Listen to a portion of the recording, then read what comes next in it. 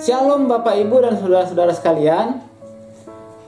Renungan hari ini diambil dari Kitab Kejadian pasal 47 sampai dengan pasal 50. Dalam Kejadian pasal 50 ayat 15 dikatakan demikian: ketika saudara-saudara Yusuf melihat bahwa ayah mereka telah mati, berkatalah mereka, boleh jadi Yusuf akan mendendam kita dan membalaskan sepenuhnya kepada kita segala kejahatan yang telah kita lakukan kepadanya.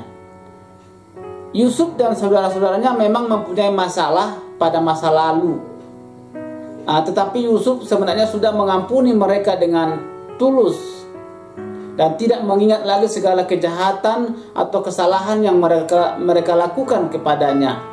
Seperti yang pernah dikatakan Yusuf di dalam Kejadian pasal 45 ayat yang 5. Di situ dikatakan demikian, tetapi sekarang janganlah bersusah hati dan janganlah menyesali diri karena kamu menjual aku ke sini. Sebab untuk memelihara kehidupanlah Allah menyuruh aku mendahului kamu. Sebenarnya penderitaan Yusuf itu terjadi karena dosa atau kesalahan saudara-saudaranya yang tidak memberi ampun kepadanya pada waktu itu. Namun kesalahan-kesalahan saudara-saudaranya atau dosa-dosa yang mereka perbuat kepada Yusuf tidak ada artinya dibanding dengan pemeliharaan Allah atas hidup Yusuf dan saudara-saudaranya atau kaumnya. Tetapi tidak demikian dengan saudara-saudaranya, Bapak Ibu dan saudara-saudara sekalian. Mereka masih was-was. Jangan-jangan Yusuf akan membalas kepada kita setelah kematian ayah kita. Itu yang ada di pikiran mereka. Yusuf sudah dibebaskan dari sakit hati, tetapi saudara-saudaranya masih diliputi oleh kekhawatiran. Pikiran mereka masih dibelenggu oleh praduga yang tidak jelas kebenarannya. Bapak Ibu dan saudara-saudara sekalian, mungkin kita juga kadang ragu dengan pengampunan yang Allah berikan kepada kita. Seringkali dibayang-bayangi dengan kesalahan pada masa lalu, tetapi seharusnya kita tidak perlu meragukan pengampunan Allah.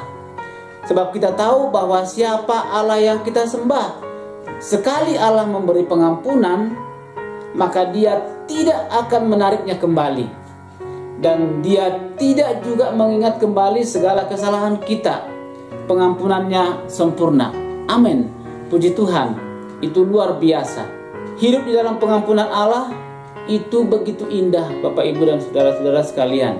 Masa lalu tidaklah menjadi hantu yang menakut-nakuti kita lagi.